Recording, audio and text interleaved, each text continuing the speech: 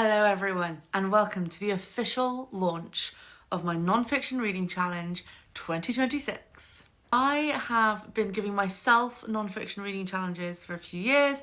Last year, very much at the 11th hour on Boxing Day, I was like, I'm going to make this a proper challenge with prompts and everything.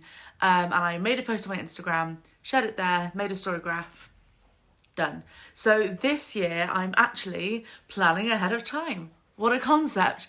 And I'm bringing you the official launch of next year's non-fiction reading challenge. The challenge is very, very simple. All you have to do is read one non-fiction book every month. That is it. Literally all you have to do. And this whole idea stemmed from when I wanted to read more non-fiction and I was looking at the non-fiction books on my shelf and kind of looking for motivation to read them, and I was looking for challenges, and this was like 4 or 5 years ago. I was looking for challenges and all of them had lots of very specific prompts and I just wanted to read the books on my TBR. So I set myself the goal, one book a month, and I have done that every single month since.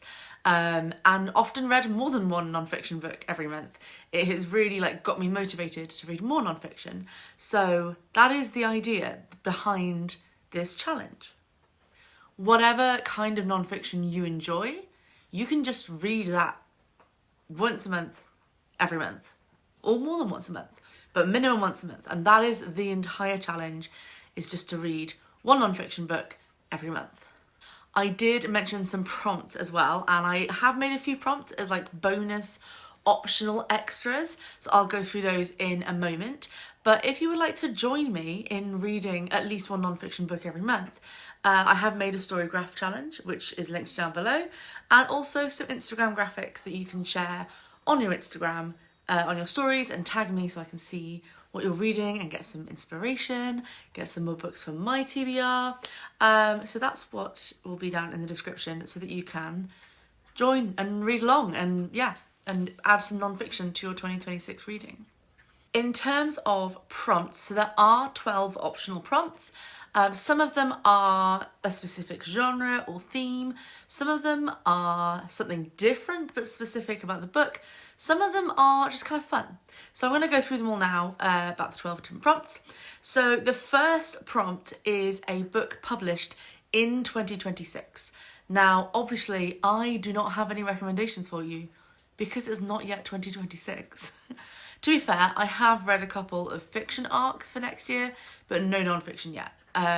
So keep your eyes peeled as to what comes out next year. I think this is a prompt that most people will be filling towards the end of the year as more books are released throughout the year. And then the next prompt is the opposite. The next prompt is books written before the year 2000.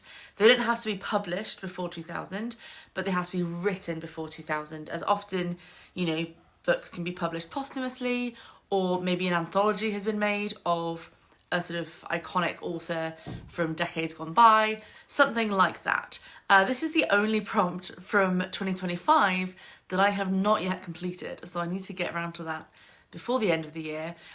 For this year, I'm reading Edward Said's Orientalism, which I've been meaning to read since I was an undergraduate, and I still haven't read, so I'm hoping to read that this month.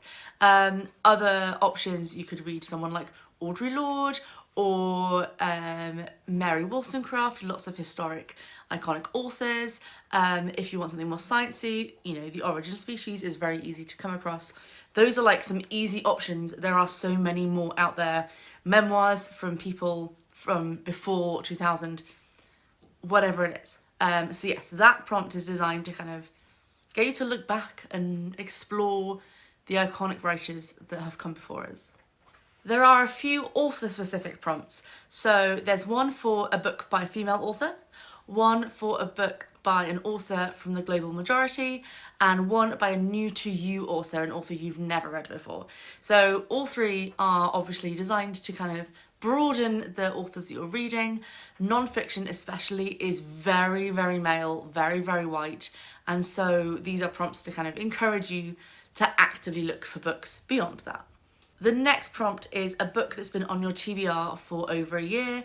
So whether it's like a physical book that you've owned for a long time or just a book that's been on your radar for a really long time, that is a good chance to go back into your back catalogue, the books you've been putting off because they're too scary. And let's be real, that's why this whole challenge was created, is I was intimidated by non-fiction and no more.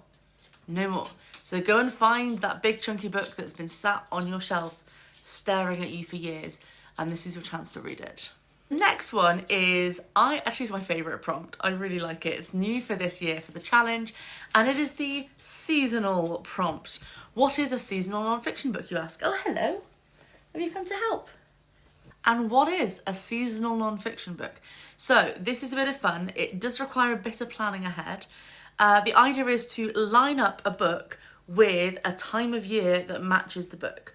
So it might be that you match up a book about the environment with Earth Day, or a book about Black History with Black History Month, or a memoir from a queer person with Pride Month, etc. That's the sort of idea.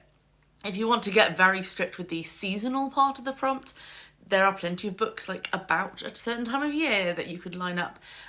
So that is a have fun with it, match it up in whichever way you want kind of prompt. All of the rest of the prompts are like specific genres or topics. So there is the memoir / biography. This was 2 prompts last year and I've merged it into one because some people just don't really enjoy memoirs. So it felt like a natural one to pair together. You can do whichever one of the 2 you prefer. Arts and or culture. So this is a nice broad one. Maybe it's like a book about a certain author or artist, or a book sort of reflecting on a cultural movement or a cultural moment. It's nice and broad, you can interpret it how you will. History is very self-explanatory. It's a book about history. Science / maths, and feel free, if you're not a science person, use this as liberally as you like. Science includes nature, you know? There are many nature-inspired memoirs, etc. It's a very broad topic, more broad than it might initially look. So that's science / maths, with science being applied very broadly. And the very last one, which I kept from last year, is an essay collection.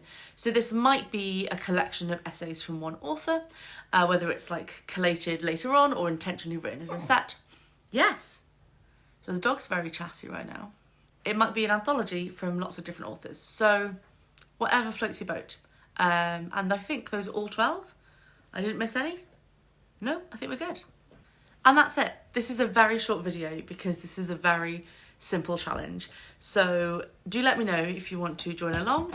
As I said, all the information is in the description as to how to sign up, where you can get the graphics, etc. And I hope you enjoy reading some more non-fiction with me in 2026. Ta-ra for now.